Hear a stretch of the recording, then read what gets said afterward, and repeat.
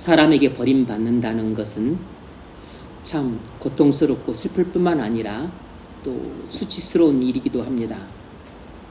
그런데 사람에게 버림받는 것보다 훨씬 더 고통스럽고 슬플 뿐만 아니라 이 세상에서 가장 비극적이고 불행한 일은 하나님께 버림받는다는 것입니다. 오늘 본문에는 사울이 하나님께 버림받는 장면이 나옵니다. 왜 사울은 하나님께 버림을 받았을까요? 오늘 우리는 사울이 하나님께 버림받는 이유를 통해서 사람이 어떻게 또 하나님께 버림을 받게 되는가, 사람이 버림받는 이유를 살펴보려고 합니다.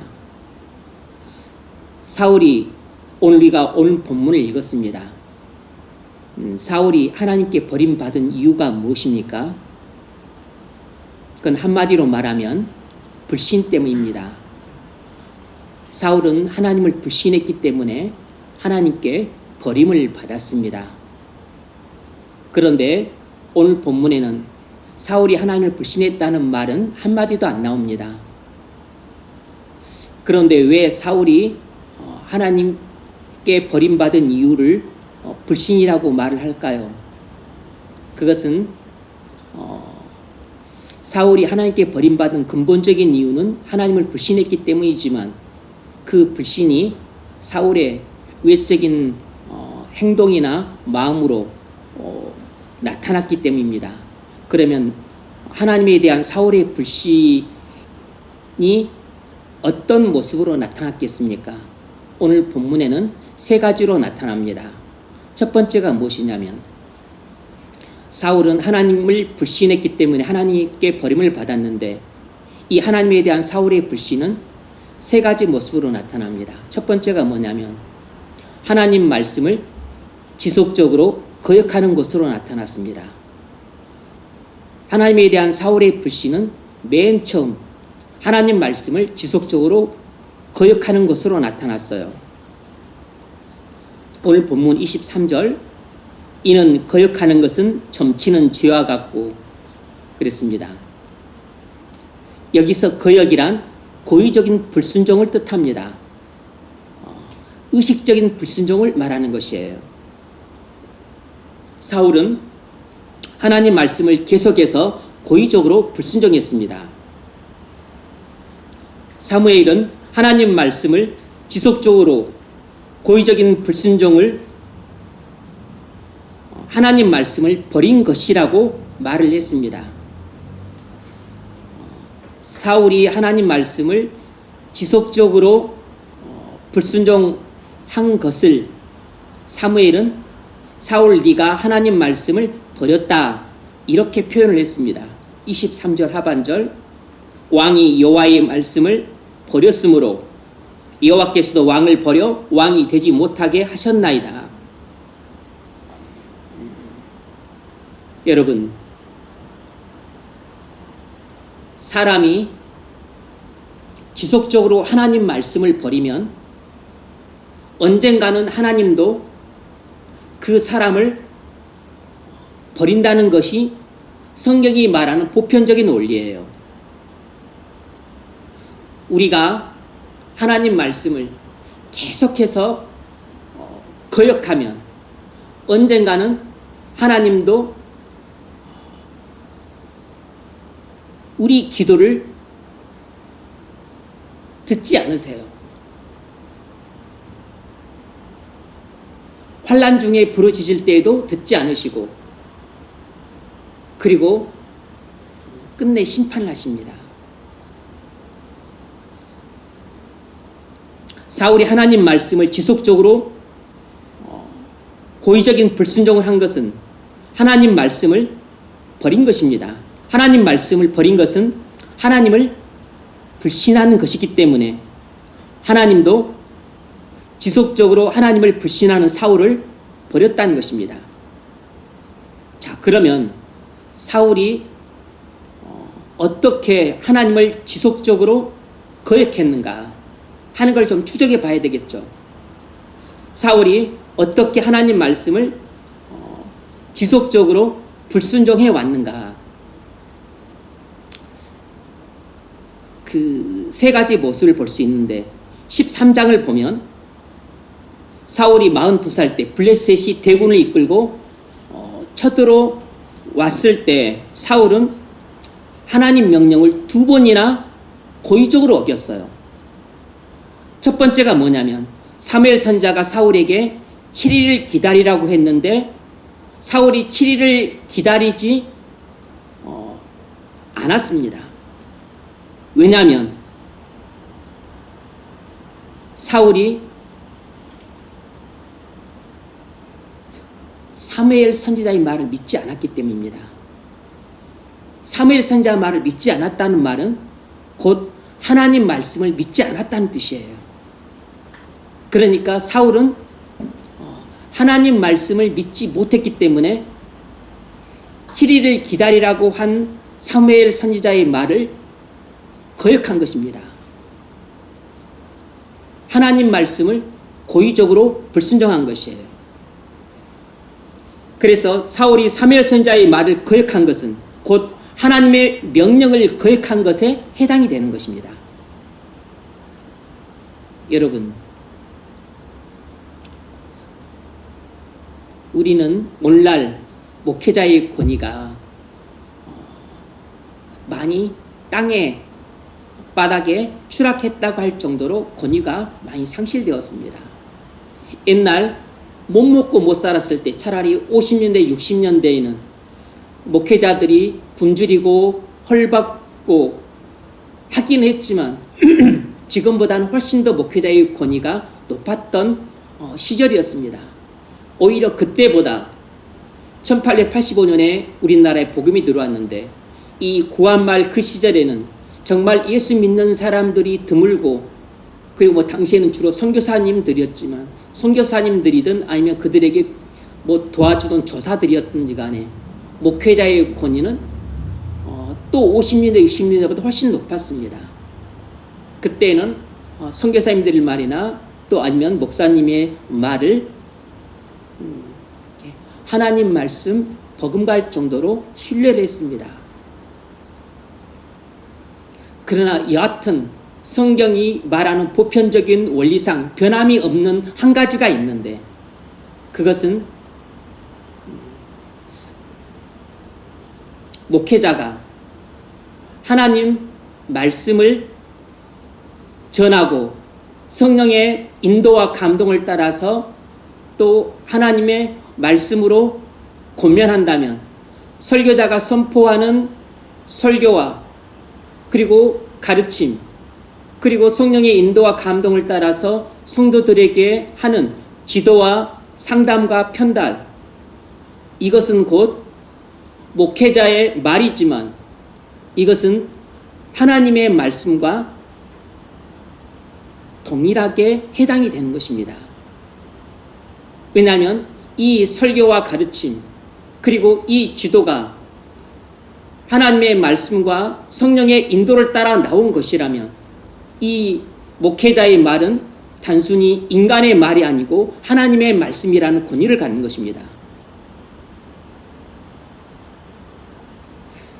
그러므로 여러분이 저뿐만 아니고 이제 또 저 말고도 다른 목회자들을 지도를 받게 될 터인데 그 목회자들의 설교나 또 전하는 진리의 가르침 뿐만 아니라 목회자가 여러분들의 생활에 대해서 지도 편달하는 것 그리고 상담하고 권면하는 것 이것을 결코 가볍게 여기시면 안 됩니다. 여러분들이 이 목회자의 설교나 가르침만 하나님 말씀이라 인정하고 목회자가 하나님 말씀과 성령의 인도를 따라서 하는 지도 편달 그리고 상담과 권면은 이건 목회자의 개인의 생각이다.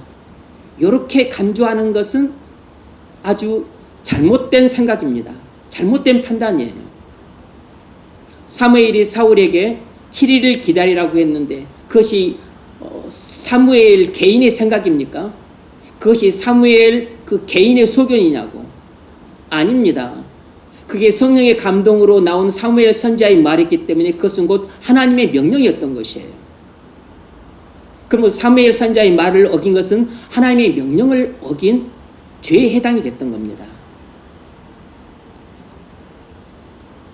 제가 여러분에게 어떤 그 주제에 대해서 이제 여러분에게 지도를 하고 권면을 할 때가 있습니다.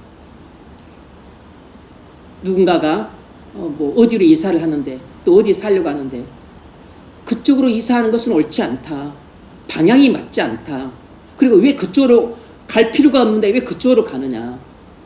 충분히 그 교회 근처에 살 수 있는데 왜 교회 근처를 버리고 더 멀리 떠나려고 하느냐. 이거 방향 자체가 틀렸다. 이것은 제 생각이 아니에요. 제 말이 아닌 것입니다. 제가 입으로 하는 말이지만 이것은 하나님 말씀인 거예요.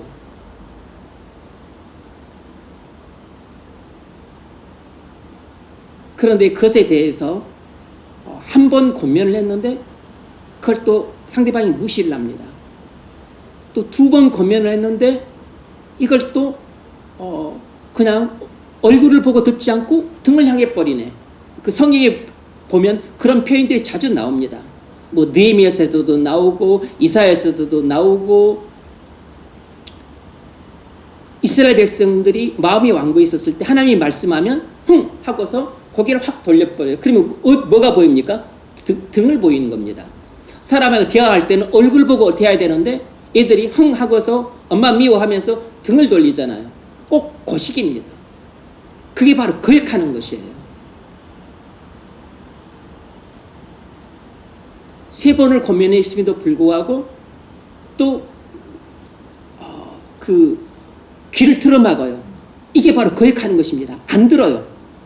말을 하는데 이제 말을 할 때 들을 의사가 있으면, 들을 의지가 있으면 이렇게 찬찬히 듣고서 깊이 고민하고 근심하고, 그리고 이것이 목사님이 개인의 생각인가 아니면 하나님의 생각인가, 목사님 사견인가 아니면 하나님의 뜻인가, 이것을 분별하면서 이제 하나님 말씀이라면 내가 순종해야지, 이런 각오를 하고 든 사람들은 진지하게 듣고, 그리고 아주 또 그 열중해서 듣고, 그리고 귀를 쫑긋 세우면서 경청하면서 듣는데, 듣기 싫어하는 사람들은 고개를 푹 숙여요.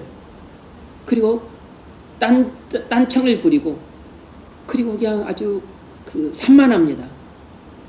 이 사람들은 이미 심리적으로 귀를 틀어막고 있는 거예요. 안 듣는 겁니다. 이게 뭐죠? 고의적인 불순종이에요. 안 듣는 것입니다. 이게 바로 목사의 말을 거역한 것으로 끝나는 것이 아니고, 하나님의 권유를 갖고 하나님의 말씀과 생각으로 말을 한 것인데도 불구하고 목사의 그 지도와 권면을 듣지 않는 것은 곧 하나님 말씀을 거역한 것이에요. 하나님 말씀을 고의적으로 불순종한 것입니다. 그런데 한 번 고의적으로 불순종했어요. 두 번 고의적으로 또 불순종합니다. 세 번을 지도하고 권면했음에도 불구하고 또 세 번 또 고의적으로 불순종합니다. 뭐죠? 계속해서 거역하는 것이에요. 이런 것이 바로 지속적으로 거역하는 행위입니다. 그런데 이번만 지속적으로 거역하는 것으로 나타났을까요? 이렇게 거역하는 사람은 다른 생활의 측면에서도 거역을 합니다. 그럼 목사의 지도와 그리고 권면만 거역할까요? 아닙니다. 이 사람은 하나님께서 그에게 주신 설교 말씀도 거역을 해요. 진리로 가르치는 진리의 말씀도 거역합니다. 혹시 또 성경을 묵상할 때라든지 그럴 때 하나님이 말씀을 통해 주신 말씀도 거역을 해요.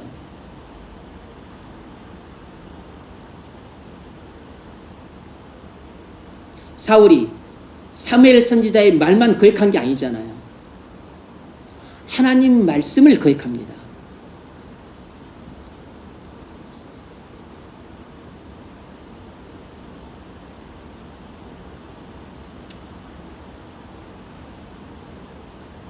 두 번째는 사울이 두 번째가 아닙니다. 그 사울이 42살에 블레시스 대구인 쳐들어왔었을 때 하나님 명령을 2번 어겼는데, 첫 번째는 이 7일을 기다려 하는 명령을 어겼고, 두 번째는 망령된 제사를 지냈습니다. 그 하나님이 율법에 오직 제사장만 제사를 지낼 수 있다고 규정하신 것은 하나님의 명령이에요. 그런데 이를 뻔히 알고서도 사울은 자신이 왕이었기 때문에 제사를 지낼 수 없는데 본인이 제사를 지낸 것입니다. 이것은 하나님의 율법을 어긴 것인데, 이것은 곧 하나님의 엄중한 명령을 어긴 것이에요. 오직 제사장만 제사를 지낼 수 있다는 하나님의 엄중한 명령을 알고도 어겼기 때문에 고의적으로 불순종한 것입니다. 곧 하나님의 명령을 거역한 것이에요.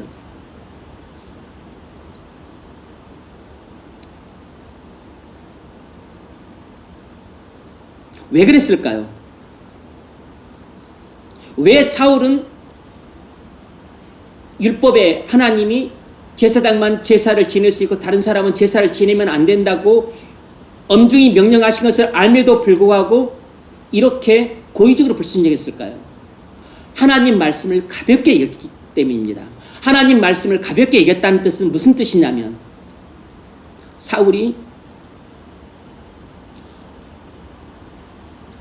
하나님 말씀을 멸시하고 있었다는 뜻입니다. 하나님 말씀을 멸시하지 않으면 절대로 그렇게 하나님 말씀을 고의적으로 불순종할 수가 없는 것입니다. 여러분이 아버지의 말을 뻔히 듣고도 고의적으로 불순종하는 것은 아버지 말씀을 가볍게 여기고 그리고 아버지 말씀을 멸시하기 때문이에요. 곧 그 이야기는 뭐냐면, 사실 아버지를 마음속으로 무시하고 있다는 뜻입니다. 사울은 마음속으로 하나님을 멸시하고 있었기 때문에 하나님의 명령을 고의적으로 불순종할 수 있었던 것이에요. 하나님을 경외하는 것이 하나님을 믿는 것이라고 구약에서는 그렇게 동일시합니다. 마찬가지로 하나님을 멸시하는 것은 하나님을 불신하는 것에 해당이 되는 것이에요. 이때도 사울은 하나님을 불신함으로 하나님 명령을 2번이나 고의적으로 불순종했던 것입니다.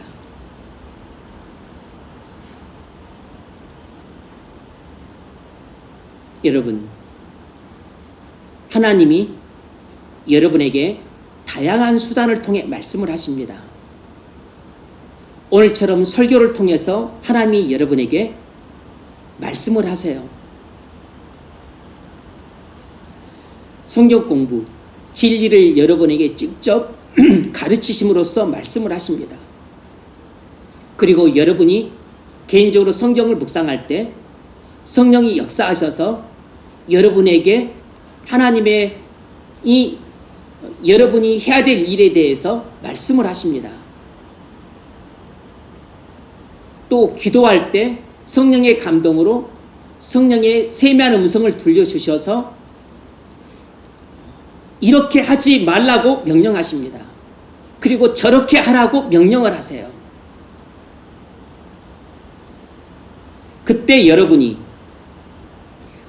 하나님의 말씀을 뻔히 듣고도 이를 너무나 잘 알고 있음에도 불구하고 여러분들이 고의적으로 불순종하는 것은 하나님을 거역하는 행위고, 그렇게 하나님을 거역하는 것은 마음속으로 하나님을 멸시하고 있기 때문입니다. 하나님 말씀을 가볍게 생각하고 있기 때문이에요. 그 이야기는 곧 하나님을 불신하는 마음이 자리 잡고 있기 때문입니다. 모든 불순종은 불신에서 나오는 것이고, 모든 거역은 하나님을 마음속으로 멸시하는 데서 나오는 것이에요.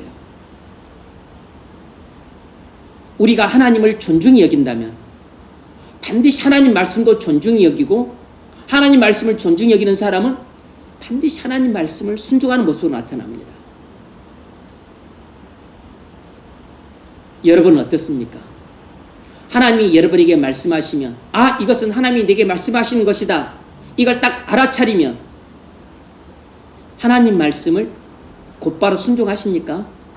즐겁게 순종하십니까? 순종하고 싶지 않더라도 여러분 자신을 쳐서 복종하십니까? 만일 그렇다면 여러분은 하나님 말씀을 존중히 여기는 사람이에요. 그것은 곧 하나님을 존중히 여기는 사람입니다. 하나님을 존중히 여기는 사람은 그것이 곧 하나님을 경외하는 사람이고 하나님을 신뢰하는 사람인 것이에요.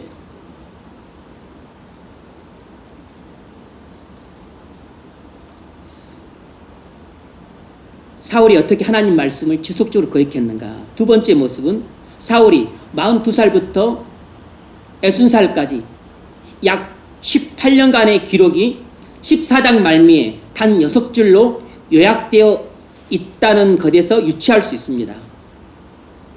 이는 18년 동안 하나님이 사울에게 말씀하지 않았다고 볼 수 있어요. 18년간 하나님과 사울 사이에는 의미 있는 관계가 없었다는 뜻입니다. 그래서 사울이 사방의 적들과 싸워서 이겼다. 그리고 사울의 가문이 뭐 이렇게 번성했다. 이 두 가지 내용밖에 없어요. 그러니까 사울과 하나님 사이에 무슨 의미 있는 관계가 형성되었다는 내용도 없고 하나님이 사울에게 말씀하셨다는 내용도 없어요.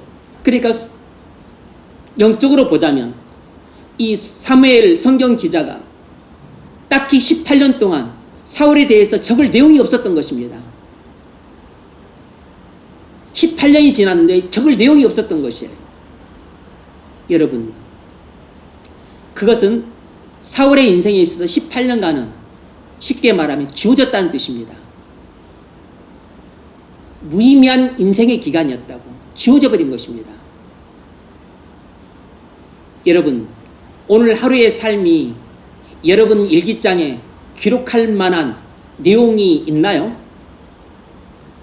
오늘 하루의 삶이 여러분에게 있어서 의미 있는 그런 일들과 그리고 사건들로 채워져 있습니까? 그래서 내가 딱 일기를 쓰려고 그러면 아, 오늘은 내가 좀 이거 내용을 써야 되겠다. 이렇게 뭔가 좀 건더기가 있습니까? 쓸 내용이 없으면 우리는 그날 대해서 별 쓸 내용이 없는 것이에요. 그냥 뭐 출근했다, 일했다, 그리고 뭐 예배 참석했다, 이것밖에 없는 것입니다. 하지만 오늘 예배 참석하기 전까지는 쓸 내용이 하나도 없는데 이 예배 때 하나님이 내게 말씀하셨다. 그러면 이제 이것은 의미 있는 사건이 되는 것이에요. 오늘 내 일기장에 쓸 내용이 있는 것입니다. 이번 한 주간 살면서도 우리가 지난 한 주간 살았잖아요. 살면서도 사실상 돌아보면 생각나는 것이 하나도 없을 수 있습니다.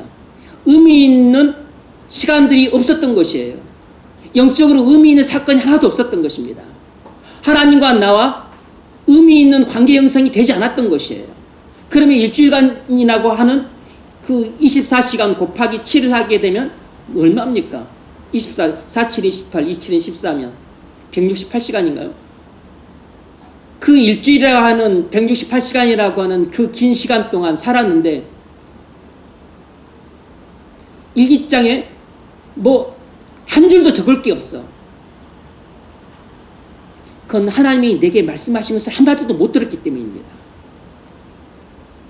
우리가 오늘 하루를 살아도 하나님과 나와 의미 있는 교제가 있고 그리고 의미 있는 관계 형성이 있고 그리고 내가 하나님 말씀을 즐겁게 순종하고 그래서 하나님이 또 내게 복을 주시고 그리고 또 내가 그 복을 받아서 내 심령이 부흥이 되고 그래서 내가 말할 수 없는 찬양과 감사 가운데 살았다는 뭔가 그 하나님과 나 사이에 주거니 받거니 하는 친교와 그리고 또 그 순종과 축복, 순종과 축복, 순종과 축복 이런 것들이 있다면 이 하루만 하더라도 일기장에 적을 내용이 한 페이지, 두 페이지, 세 페이지, 네 페이지로 빡빡할 수 있는 것입니다. 그런데 그런 게 없으면 일주일을 살아도 한 줄을 적을 게 없는 것이에요. 한 달을 살지만 나 자신조차 민망하고 나 자신조차 창피할 정도로 네 영적인 일기장에 적을 게 없어요. 적을 게.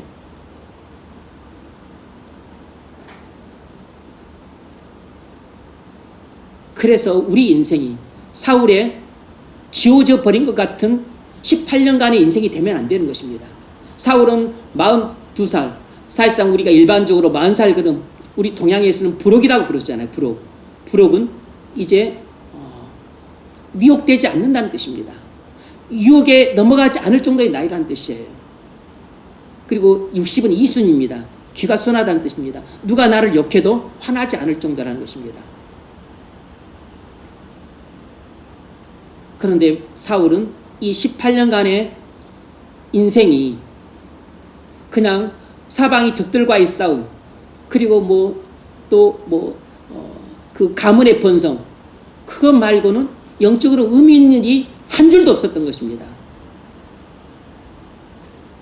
여러분, 한 날도 그렇게 한 줄도 적을 게 없고, 일주일도, 한 달도, 심지어는 1년이 지났는데도 불구하고 한 줄도 적을 게 없어요.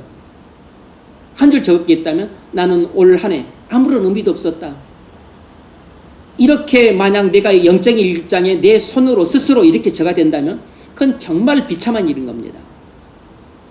이제 우리가 다사다난했던 2024년도 한 해가 이제 지나가고 결산을 해야 될 시점이에요.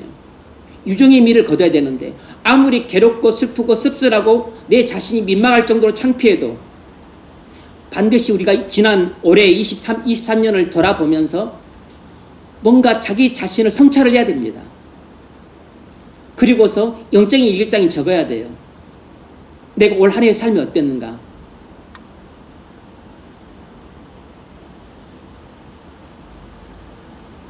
영적인 열매가 없다면 우린 적을 게 별로 없습니다. 그래도 적어야 돼요. 하다못해 뒤에서 좀 다루겠죠. 자기 자신에 대해서 회개할 내용이라도 적어야 됩니다. 내가 이것을 했어야 되는데 하지 못했다. 하나님의 말씀을 내가 고의적으로 불순종했다. 내가 거역했다.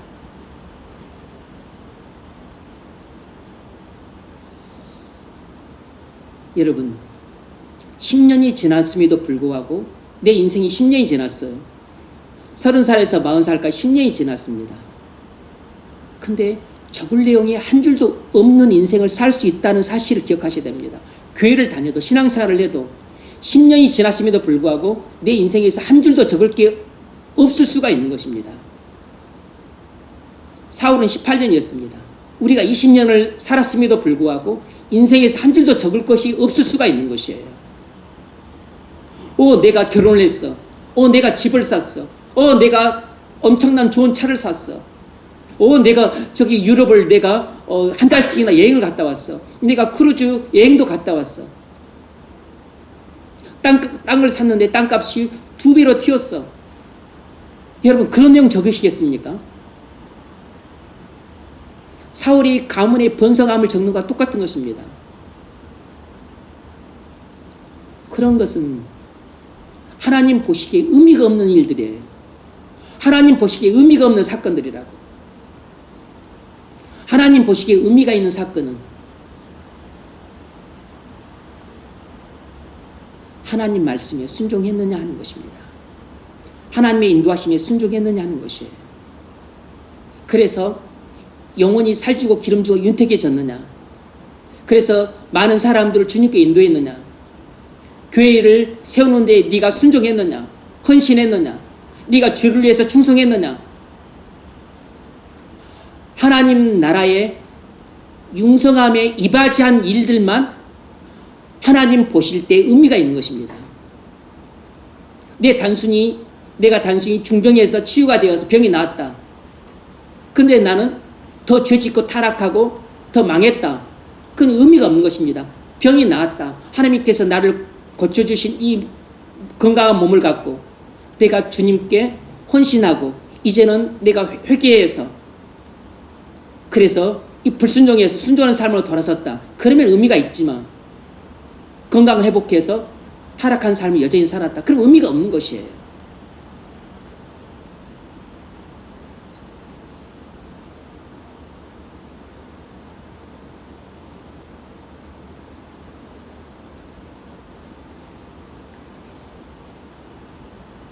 본문에서 아말렉을 진멸하라는 하나님 명령을 사울이 가볍게 거역하고서도 거역했다고 생각하지 않을 정도로 영적으로 완고했던 것은 사울이 아말렉 사건 때만 한 번 실수를 한 것이 아니고 지난 18년간 계속해서 하나님 말씀을 거역하고 살아왔다는 것을 방증하는 것입니다. 세 번째로 오늘 본문을 보면 사울이 60살 때 일인데 하나님은 사울에게 아말렉 족속을 하나도 남기지 말고 모든 것을 진멸하라고 명령하심에도 불구하고 사울은 아말렉 족속에게서 아가간과 살진 소와 양을 남기고 그리고 진멸하진 않았습니다. 사울은 아말렉을 진멸하라는 하나님의 명령을 고의적으로 불순종했어요. 하나님 명령을 거역한 것입니다. 9절을 보면 사울과 백성이 아각과 그의 양과 소의 가장 좋은 것 또는 기름진 것과 어린 양과 모든 좋은 것을 남겼어요. 남기지 말라 그랬는데 진멸하기를 즐겨 아니하고 가치 없고 하찮은 것은 진멸하니라. 남기지 말라 그랬는데 남겼고 진멸하라 그랬는데 진멸하지 않았습니다. 하나님 명령을 거역한 것이죠. 왜 사울은 이처럼 42살부터 60살이 될 때까지 18년 동안이나 지속적으로 하나님 명령을 거역하는 삶을 살아왔습니까? 하나님을 불신하고 있었기 때문인 거예요. 다시 말하면 하나님을 경외하지 않았기 때문입니다. 사울은 겉으로는 하나님을 존중하는 척했지만 마음속으로는 하나님을 멸시하고 있었던 것입니다. 그래서 사울의 하나님을 멸시하는 마음이 42살부터 60살까지 일관되게 하나님 말씀을 거역하는 모습으로 나타났던 것이에요. 여러분, 우리가 하나님께 버림받는 이유가 무엇입니까? 이유는 딱 하나입니다. 불신 때문이에요. 주 예수 그리스도를 믿지 않기 때문입니다. 요한복음 3장 18절 그를 믿지 않는 자는 하나님의 독생자 이름을 믿지 않으므로 벌써 심판을 받은 것이라. 하나님의 독생자 예수 그리스도를 믿지 않는 사람은 하나님의 심판을 받습니다. 하나님께 영원히 버림을 받아요. 주 예수 그리스도에 대한 불신이 어떻게 나타납니까? 첫째는 하나님 말씀에 대한 지속적인 거역으로 나타나요. 여러분, 우리가 정말로 마음속으로 주 예수 그리스도를 믿지 않으면 예수님이 하나님의 아들로서 나의 모든 죄를 십자가에서 대속해 주셨다는 것을 믿지 않으면 그 불신이 하나님 말씀에 대한 지속적인 거역으로 나타납니다. 하나님 말씀을 고의적으로 불순종하는 것이에요. 그것은 무슨 말이냐면 그럼 우리가 하나님 말씀을 순종한 적이 한 번도 없다. 우리가 하나님 말씀을 한 번도 순종하지 않는다. 그런 것이 아니고 전체적인 삶의 방향이 불순종이라는 뜻입니다. 삶의 방향이 불순종이라는 뜻이에요. 마음의 방향 자체가 불순종을 향해 있는 것입니다. 물론 간간히 순종을 해요. 때때로 순종을 합니다. 하지만 방향 자체가 불순종을 향해 있는 것이에요.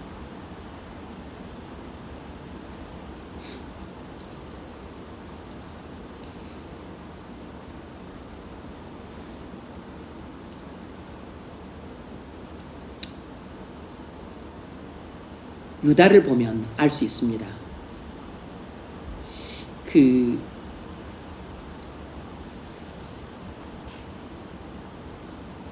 유다가 왜 하나님께 벌을 받았습니까? 이유는 딱 하나예요. 불신 때문입니다. 주 예수 그리스도를 믿지 않았기 때문이에요. 이 유다의 불신도 세 가지 모습으로 나타나는데 그 첫 번째가 주님의 말씀을 지속적으로 거역하는 것으로 나타났습니다. 유다가 주님의 말씀을 지속적으로 거역한 것의 한 단적인 예가 뭐냐면 유다가 회개로 12제자들 가운데서 돈꾀를 맡았는데 그 돈꾀에서 유다가 3년 내내 몰래 돈을 훔쳤어요. 그게 뭐죠? 주님 말씀을 지속적으로 거역한 것입니다. 지속적으로 도둑질을 한 것이에요. 하나님이 십계명에서 도둑질하지 말라 그랬잖아요. 하나님 명령을 지속적으로 거역한 것입니다.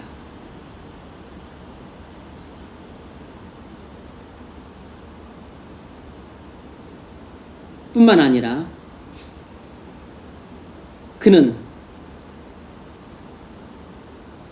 나중에 예수님을 제사장들에게 은 30을 팔고 팔아버립니다. 끝내 예수님을 배신해서 죽음으로 넘겨요. 주님 말씀을 끝까지 거역한 것입니다. 뿐만 아니라 예수님은 자신의 십자가 대속을 통해 온 세상을 구원하시고 그리고 눈에 보이지 않는 마음에 임하는 천국이 올 것이라 말씀하셨는데 이 유다는 열심당원으로서 예수님이 3년 동안 그렇게 설교하시고 가르치신 것을 그는 믿지 않았습니다. 그래서 지속적으로 거역했어요. 그는 열심당원으로서 일반 유대인들이 갖고 있었던 그 메시아관을 그대로 갖고 있었습니다. 아니야, 메시아가 오면 이 땅에 하나님 나라가 건설될 거야. 그래서 메시아는 정치적이고 군사적인 메시아로 오셔서 그래서 이 땅에 그 우리 이를 압제하는 이방 족속들을 다 섬멸하고 우리가 왕노릇하는 하나님 나라가 건설될 거야. 그런데 왜 이 예수는 메시아라고 하면서 이렇게 말을 하지? 하고서 끝내 자신의 생각을 믿고 예수님의 말씀 믿지 않았습니다. 그래서 예수님의 그 3년 동안의 가르침을 유다는 지속적으로 불순종해 왔을 뿐만 아니라 끝까지 불순종했습니다. 그리고 자신의 그 믿음을 버리지 않고 예수님 말씀을 거역함으로 결국 예수님을 팔아넘겼어요. 여러분, 주 예수 그리스도에 대한 우리의 불신은 맨 처음 뭘로 나타나냐면 하나님 말씀에 대한 지속적인 거역으로 나타납니다. 혹시 여러분이 하나님 말씀을 들었음에도 불구하고 알고 있음에도 불구하고 계속해서 여러분들이 1년, 10년, 20년, 30년 내내 하나님 말씀을 지속적으로 거역하고 있다면 여러분 위험한 상태에 있는 것입니다. 남들은 몰라도 여러분 자신이 알 것이에요. 내가 하나님 말씀을 10년, 20년, 30년 그렇게 고의적으로 불순종하고 있다면 지금 여러분은 유다만큼이나 위험한 상태에 있는 것입니다. 여러분이 그렇게 지속적으로 하나님 말씀을 거역하게 되면 하나님께서도 여러분을 천국에 들어가는 것을 허락하지 않으십니다. 여러분이 하나님 말씀을 지속적으로 불순종한다는 것은 하나님 말씀을 버렸다는 뜻입니다. 하나님 말씀을 여러분이 버렸다면 하나님께서 언젠가는 여러분을 영원히 버리십니다. 우리가 하나님께 버림받았다고 하는 가장 확실한 증거는 내가 하나님 말씀을 지속적으로 불순종하는 것이에요.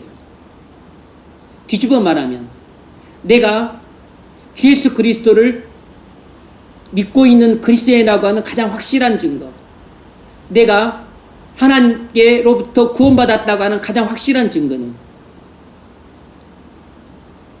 지속적인 하나님 말씀에 대한 순종입니다. 하나님 말씀을 지속적으로 순종하는 사람, 자원하고 순종하고 그리고 기뻐함으로 순종하는 사람, 이것은 주 예수 그리스도를 믿는다는 확실한 증거이자 내가 하나님의 택함 받은 자녀라고 하는 그 증거예요. 여러분 어떻습니까? 여러분은 지속적으로 불순종하는 삶을 사시나요? 아니면 지속적으로 순종하는 삶을 사시나요? 한 해를 마무리하는 끄트머리에 이 점을 여러분 잘 돌아보시기 바랍니다.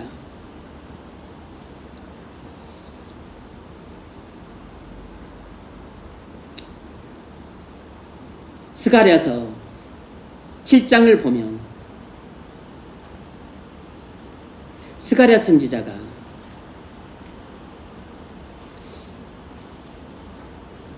이스라엘 백성들을 책망을 합니다.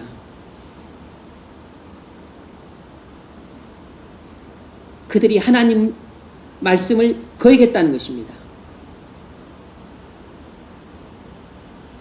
그리고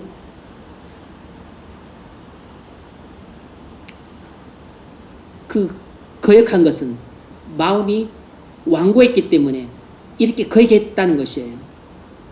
그리고 나서 나오는 것이 이제 심판입니다. 심판. 그러니까 이스라엘 백성들이 한 번, 두 번 고의적으로 불순종한 게 아니에요. 그냥 삶 자체가 오랜 기간 동안 계속해서 불순종하는 삶이 누적되어 왔던 겁니다. 그것은 그 마음의 완고함에서 나온 것이에요. 그 결과가 뭐냐면 하나님의 심판입니다. 그래서 스가랴 선지자가 이제 포로 귀환한 백성들에게 이 지난 날을 회고하며 말하는 것입니다. 그래서 7장 13절 13절에서는 니들이 환난 중에 부르짖었을 때 하나님이 듣지 않았다.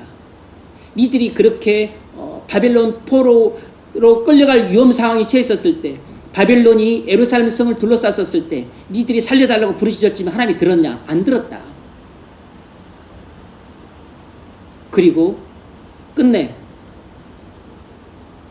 14절에서는 니들이 바벨론 포로로 끌려가는 수모를 당했다.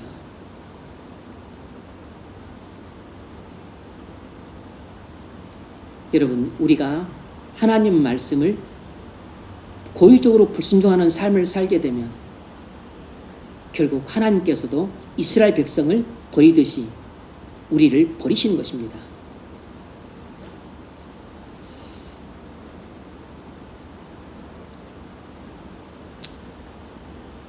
사울이 하나님께 불신함으로 하나님께 버림을 받았습니다. 사울의 불신이 어떤 모습으로 나타났는가?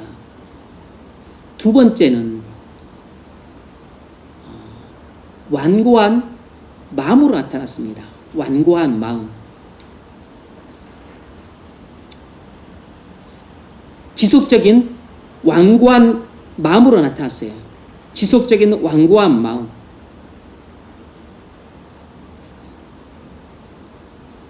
(23절) 하반절을 보면 사무엘 선지자가 그 점을 언급합니다.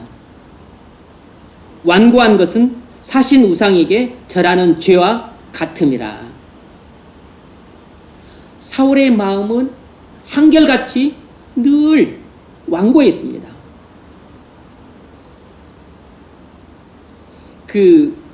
이 15장 12절에서도 보면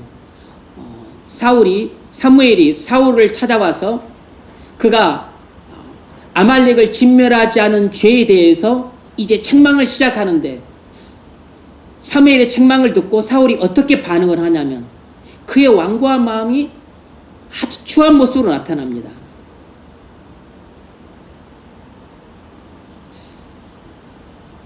자기를 위해서 기념비를 세우는 모습으로 나타나요. 자기를 과시하는 것이죠. 자기를 과시하는 행위는 전부 완고한 마음에서 나오는 것이에요. 뿐만 아니라 왜 양과 소를 살렸냐고 이렇게 꾸중을 하자 사울은 또 변명으로 일관합니다. 그건 백성들이 하나님께 제사를 지내려고 끌고 온 것입니다. 이렇게 변명을 합니다. 회개를 해야 되는데 회개를 하지 않고 변명을 해요. 나중에 또 사무엘이 더 엄중히 책망을 합니다.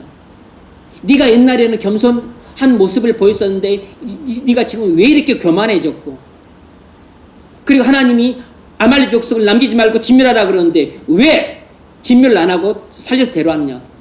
그러자 그때는 또 나는 진멸하려고 했고 나는 진멸했는데 백성들이 하나님께 제사한다고 양과 소를 꼭 끌고 와야 된다고 그랬어요. 이렇게 또 백성들에게 책임 전가를 합니다. 변명하고 책임 전가하고 자기를 과시하는 이런 모습들은 전부 사울의 완고한 마음을 보여주는 것들입니다. 뿐만 아니라 13장에서 블레셋이 쳐들어왔었을 때 그 하나님 명령을 거역하고 7일을 기다리지 않고 또 제멋대로 망령된 제사를 지내는 그런 모습 자체가 이미 사울의 완고한 마음을 잘 보여주고 있는 것이에요. 사무엘이 그 죄를 문책에 썼을 때에도 사울은 이 15장에 나타난 것처럼 그때도 변명을 일관했습니다. 그 군사들이 도망치고 그리고 지금 그 블레셋 대군은 지금 눈앞에 와 있고 그리고 이제 곧 전쟁은 일어날 것 같고 그래서 어쩔 수 없이 제사를 지내게 됐습니다. 이렇게 꼭 변명으로 일관을 해요. 여러분, 하나님이 여러분에게 책망하실 때 우리 마음속에 변명만 생각나고 그리고 핑계댈 말만 하게 되고 아니면 다른 사람들한테 책임 전가를 하는 모습이 내게 나타나고 있다면 그건 내 마음이 완고하다는 뜻입니다. 그런데 이런 모습이 이번 한 번만이 아니고 작년에도 그랬고 그리고 10년 전에도 그랬고 20년 전에도 그랬다면 내 마음은 지금 오랫동안 지속적으로 완고한 상태에 있는 것이에요. 이렇게 마음이 지속적으로 완고한 상태에 있는 것, 이것이 바로 주 예수 그리스도를 믿지 않는 불신의 증거인 겁니다. 사울의 마음은 그가 왕으로 세움받았던 40살 때에는 조금 다른 모습이었습니다. 좀 겸손한 모습, 그리고 조금 자신을 낮추는 모습이었어요. 그런데 잠시 그때만 겸손하고 자신을 낮추는 모습만 잠깐 보였을 뿐 42살부터 60살까지 18년 동안은 일관되게 변함없이 이렇게 사울의 마음은 완고한 모습으로 일관했어요. 그게 뭘 보여주는 것이죠? 사울 마음속에 자리 잡은 불신을 보여주고 있는 것입니다.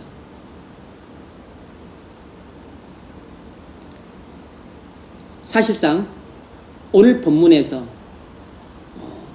거역과 완고는 같은 뜻으로 쓰입니다. 그래서 지금 그 대꾸로 쓰고 있는 것이에요. 거역하는 것은 사술의 죄와 같고 완고한 것은 사신 우상에게 절하는 죄와 같음이라. 무슨 말이냐면 거역이 어디서 나오냐면 완고한 마음에서 나오는 것이에요. 마음이 완고하면 반드시 하나님 말씀을 고의적으로 불순종하게 되어 있는 것이에요. 그래서 주 예수 그리스도를 믿지 않는 이 불신자의 마음은 완고한 겁니다. 완고하기 때문에 고의적으로 불순종을 하는 것이에요. 근데 하루 이틀 완고한 게 아니고 그냥 불신 상태에 있는 동안에는 일관되게 지속적으로 완고한 것이에요. 그래서 고의적으로 하나님 말씀을 들어도 못 들은 채 하는 것이고 알아도 모른 채 불순종을 하는 것입니다.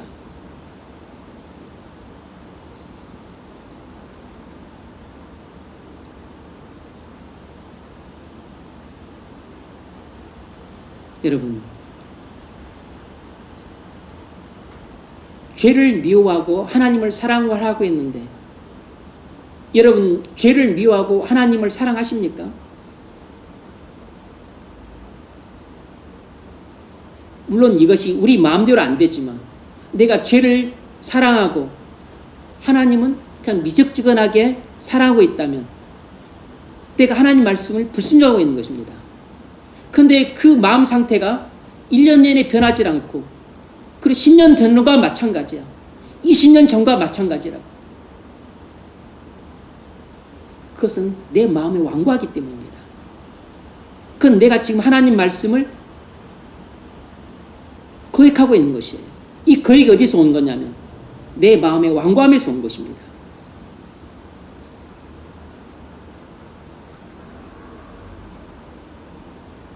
이 사울의 완고한 마음은 14장에서도 잘 나타납니다.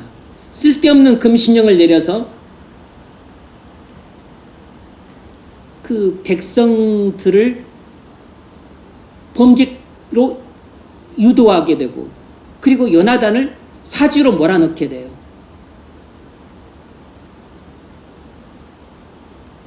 이런 행위가 전부 사울의 이 완고한 마음에서 나온 것입니다. 여러분, 우리 마음이 어제 오늘만 완고한 게 아니고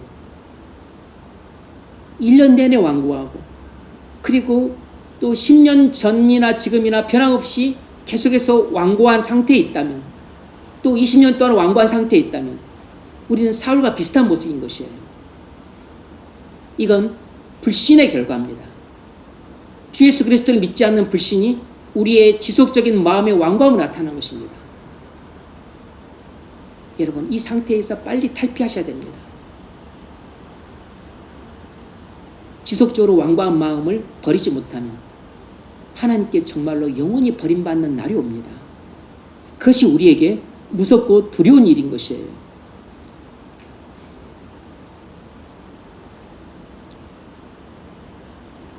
세 번째로 이 사울의 불신이 어떻게 나타나냐면 세 번째로는 지속적인 회개 거부로 나타났습니다.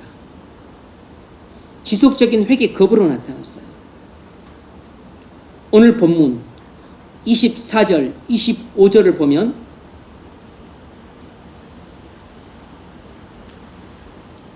사울이 사무엘에게 이르되 내가 범죄하였나이다. 내가 여호와의 명령과 당신의 말씀을 어긴 것은 내가 백성을 두려워하여 그 말을 청종하였음이니이다. 청하오니 지금 내 죄를 사하고 나와 함께 돌아가서 나로 여호와께 경배하게 하소서. 24절을 보면 사울이 얼핏 회개한 것처럼 보이지만 아닙니다. 이건 진정한 회개가 아니에요. 사무엘이 심판을 선언하자 이제 마음이 다급한 나머지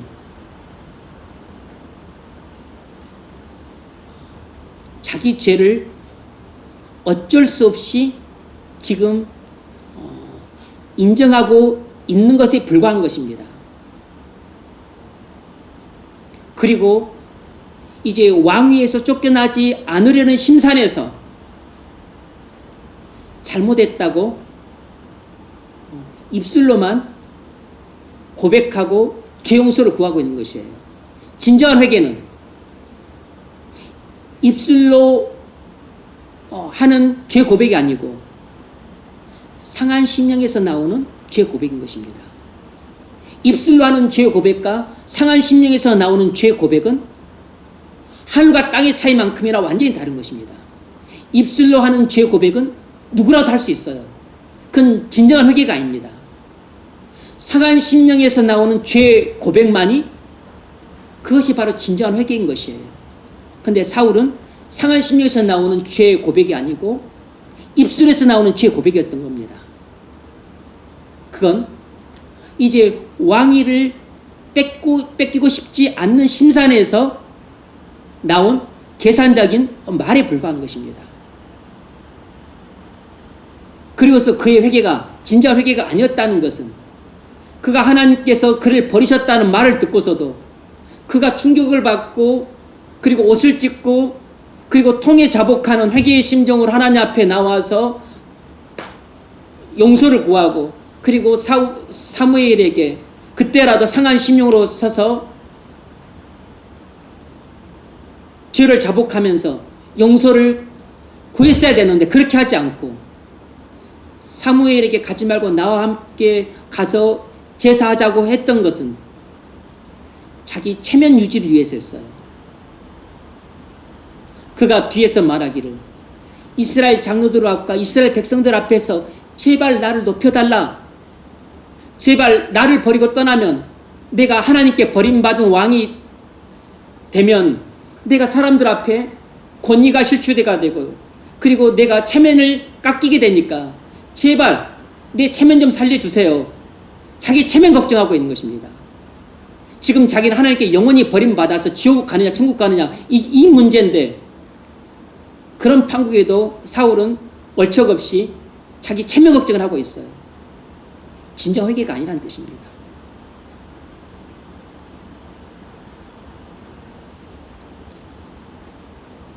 그런데 사울은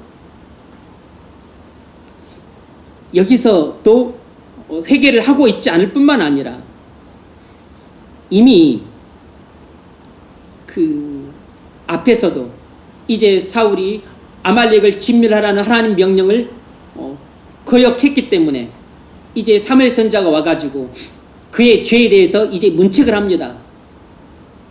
왜 양과 소를 살려왔느냐? 그때도 변명하지 말고 자기 죄를 인정하고 회개를 했어야 됐습니다. 회개할 기회가 있었어요. 그럼에도 불구하고 회개하지 않았습니다. 사무엘이 격앙이 돼가지고 엄중하게 그 사울 왕의 죄를 문책을 합니다. 당신이 40살 왕이었을 때는 좀 겸손한 척 하더니 어찌 이렇게 교만해졌고 그리고 하나님이 하나도 남기지 말고 진멸하라 그랬는데 왜 왕은 살려왔으며 그 소와 양들은 데려왔느냐. 그래서 그때 또 사울은 백성들한테 책임을 전가시키면서 나는 진멸하려고 그러는데 백성들이 데려온 거예요. 제 잘못 아닙니다. 백성들한테 다 잘못을 떠넘겼습니다. 회개를 해야 될 때 회개를 하지 않았어요.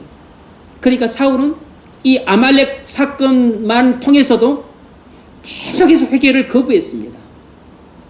사무엘은 회개할 기회를 계속 줬지만 사울은 회개를 계속해서 거부했던 것이에요. 이번뿐만이 아닙니다.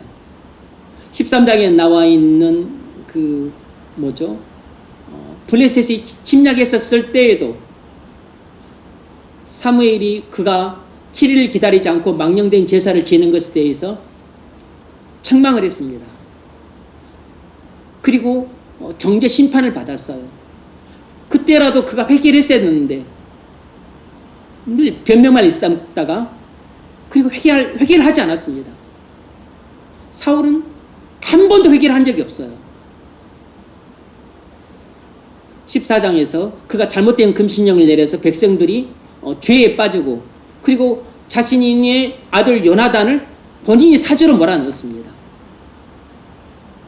그럼에도 불구하고 본인이 잘못 때문에 벌어진 참사고 그리고 본인 때문에 그 블레셋 대군을 섬멸할 기회를 놓쳐버리고 다 살려서 보내게 되었는데 자기 죄를 회개했어야 됐는데 회개를 하지 않았습니다. 그리고서 백성들 탓을 하고 요나단 탓을 했어요. 여러분 정말로 마음이 예수 그리스도를 믿지 않는 불신자들이 보여주는 일반적인 삶의 행태는 늘 잘못을 지적당하면 변명하거나 핑계대고 그리고 또 잘못했다고 책망 듣고 정죄를 당하면 다른 사람 탓을 합니다. 네 탓이라고.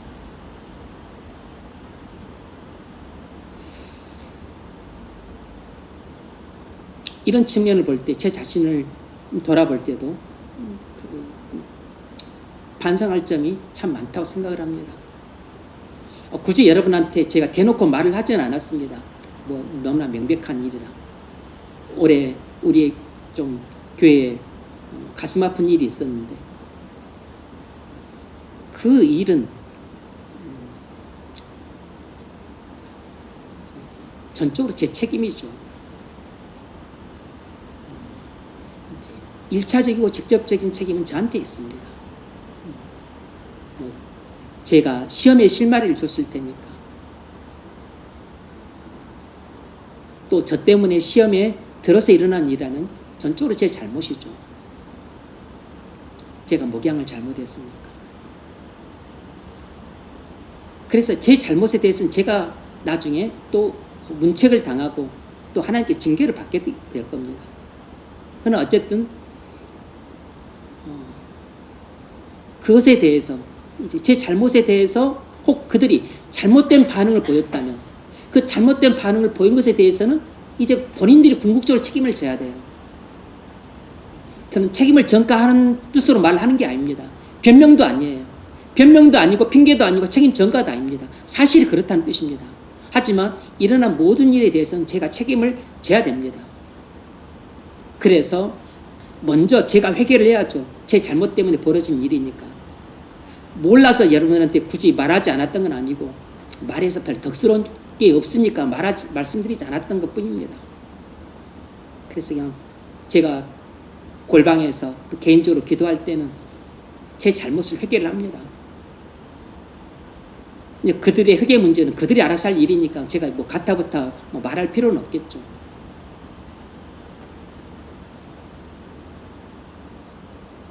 여러분, 마음이 완고한 사람은 하나님께 책망을 듣거나 정죄를 받았었을 때 회개 자리로 나오지 않습니다. 늘 뭐 하냐면 늘 변명하거나 아니면 핑계대거나 아니면 다른 사람들 탓을 합니다. 이건 정말 위험한 상태예요. 그런데 이번만 그러는 것이 아니고 작년에도 그러고 또 재작년에도 그러고 또 10년 전에도 그렇게 일관되게 그렇게 살아온다면 그 사람은 마음이 완고한 사람인 겁니다. 그리고 그 근저에 주 예수 그리스도에 대한 불신이 자리 잡고 있기 때문에 지속적인 회개 거부는 그 사람의 마음이 완고하다는 뜻입니다. 절대로 예수 그리스도를 믿는 그리스도인의 삶은 그렇게 회개를 거부하는 삶이 아니에요. 루터가 95개조 그 종교개혁 때 방방문에서 뭐라 그랬습니까? 진정한 그리스도인의 삶은 날마다 회개하는 삶이다 그랬습니다. 주님은 우리에게 회개하라 천국이 가까웠느니라고 말씀하셨어요. 무슨 뜻입니까? 회개를 해야만 천국에 들어갈 수 있는 다는 뜻이기도 하지만 동시에 천국 백성의 삶은 날마다 회개하는 삶이다 라는 뜻도 내포하고 있는 것입니다. 우리는 회개로 천국에 들어갔지만 회개를 통해서 천국에 들어간 백성들은 날마다 회개하는 삶을 사는 것입니다. 주님이 그러셨잖아요. 이미 몸을 깨끗하게 한 사람은 발밖에 씻을 것이 없느니라. 뭐죠? 몸은 원죄고 발은 자범죄라고 풀 수 있잖아요. 우리는 날마다 자범죄를 범하기 때문에 아무리 주 예수 그리스도를 믿고 회개함으로 우리의 죄를 용서받았다 할지라도 우리는 부지불식간에 매일같이 자범죄를 범하기 때문에 우리는 매일같이 회개를 하지 않을 수 없는 것이에요. 그럼에도 불구하고 만일 여러분이 큰 죄뿐만 아니고 소소한 죄들도 회개하는 데 관심이 없고 회개하지 않는 삶을 산다면 그건 여러분 마음이 완고하다는 뜻입니다. 근저에 하나님 말씀을 멸시하고 있는 마음이 자리 잡고 있다는 뜻이고 그리고 하나님에 대한 불신이 자리 잡고 있다는 뜻입니다. 불신은 지속적인 하나님 말씀에 대한 거역, 지속적인 완고한 마음, 그리고 지속적인 회개 거부로 나타나는 것입니다. 말씀을 맺겠습니다. 사울은 하나님께 버림을 받았습니다. 그 근본적인 이유는 하나님에 대한 불신 때문이에요. 하나님에 대한 불신은 세 가지 모습으로 나타났습니다. 하나님 말씀에 대한 지속적인 거역, 그리고 지속적인 완고한 마음, 그리고 지속적인 회개 거부로 나타났습니다. 우리가 주 예수 그리스도를 믿지 않는 불신도 이와 똑같이 나타나요. 하나님 말씀에 대한 지속적인 고의적인 불신으로 나타납니다. 그리고 우리 마음이 지속적으로 완고한 모습으로 나타나요. 그리고 1년이든 10년이든 20년이든 지속적으로 회개를 거부하는 모습으로 나타납니다. 여러분 어떻습니까? 혹시 여러분 하나님 말씀을 계속해서 불순종하는 삶을 살고 있습니까? 마음이 계속해서 완고하십니까? 계속해서 여러분 회개하지 않고 회개하는 데는 관심도 없고 회개하려고 생각도 안 하고 계십니까? 그건 여러분 마음속에 불신이 자리 잡고 있기 때문이에요.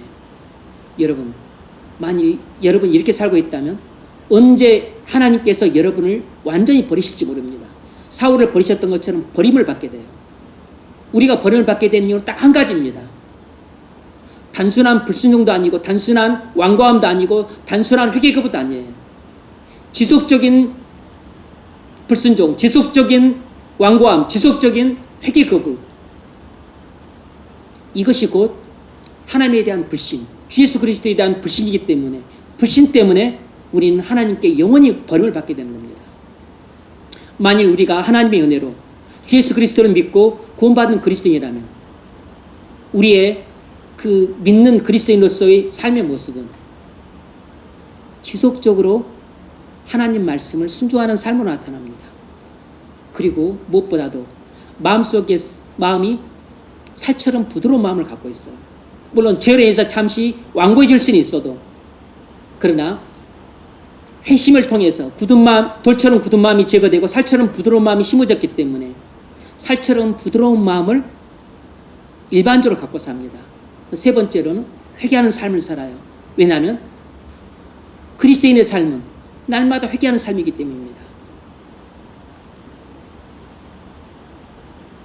주 예수 그리스도를 믿으십시오. 그래야만 우리가 지속적인 불순종과 지속적인 완고함과 그리고 지속적인 회개 거부의 삶에서 해방될 수 있습니다. 우리가 주 예수 그리스도를 믿음으로 꾸준히 하나님 말씀을 순종하고 그리고 마음이 부드럽고 그리고 날마다 회개하는 삶을 살아가는 저와 여러분 되시기를 주의 이름으로 축원합니다.